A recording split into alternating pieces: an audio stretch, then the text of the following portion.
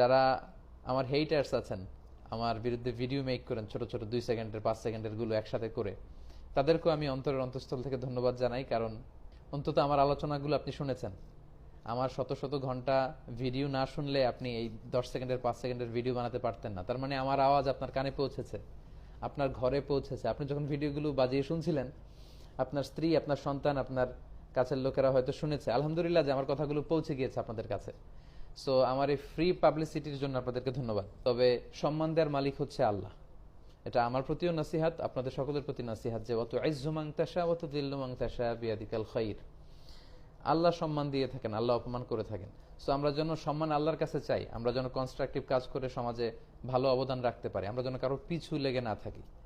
আশা করি সবাই বুঝতে পেরেছেন। I love you all. আপনাদের সবাইকে আমি ভালোবাসি আল্লাহর জন্য। উহিব্বুকুম ফিল্লাহ।